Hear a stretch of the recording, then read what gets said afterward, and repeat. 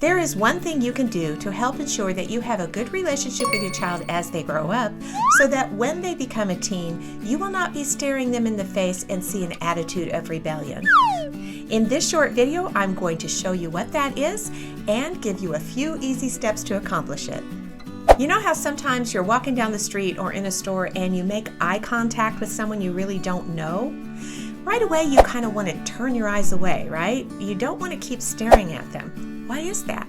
It's because eye-to-eye contact is an emotionally intimate thing. It's an intense moment that will grow more intense and more awkward as time passes, especially if there's silence. So with a stranger, you don't really want to have an emotionally intimate moment, right? But this eye-to-eye contact is actually a really great thing if you are making that eye-to-eye contact with someone you do want to emotionally engage with. When you really want to grow a relationship with someone, eye-to-eye contact is essential to that. And a child needs to have an emotionally intense connection to their parent in order for them to be motivated to want to listen to them as an authority.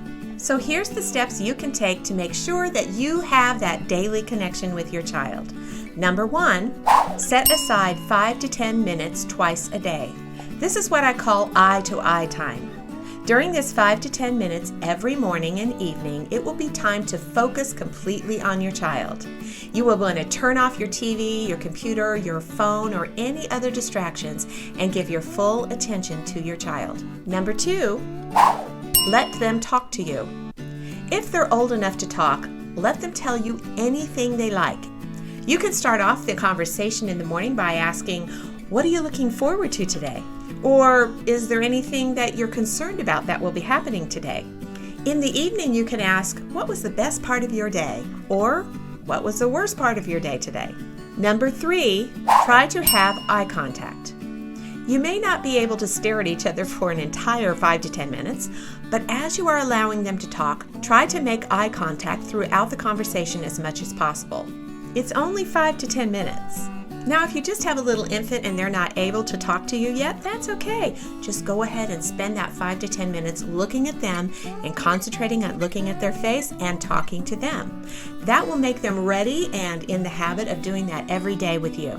Number 4, no reprimands. This is not time to discuss correction for their behavior or otherwise.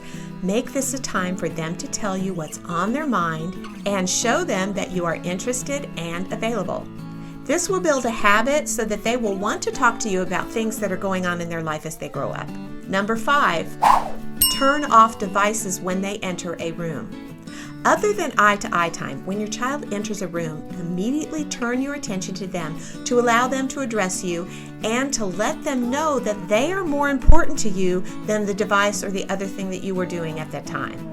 I remember when I had my adult daughter over and we were sitting on my bed and we were just going to watch a movie or something, and as we started to watch the movie, her younger siblings were still living at home, and they would come to the door of my room, and as soon as they arrived at the door of my room, I would always pause the movie. And my daughter would laughingly say, "We can never watch a movie for more than 5 minutes at a time." And that's true. It might be a few years until you're able to watch a whole movie more than 5 minutes at a time, at least until the kids are in bed. But doing this shows them how important they are to you, and it's really worth it. I will be making another video soon that talks about how a child should not feel like they're the center of the whole world.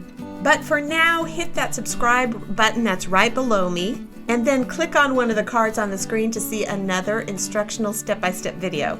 Parents, if you're struggling, something needs to change, and you can do this. Thanks for watching, and thanks for listening. We'll see you next time.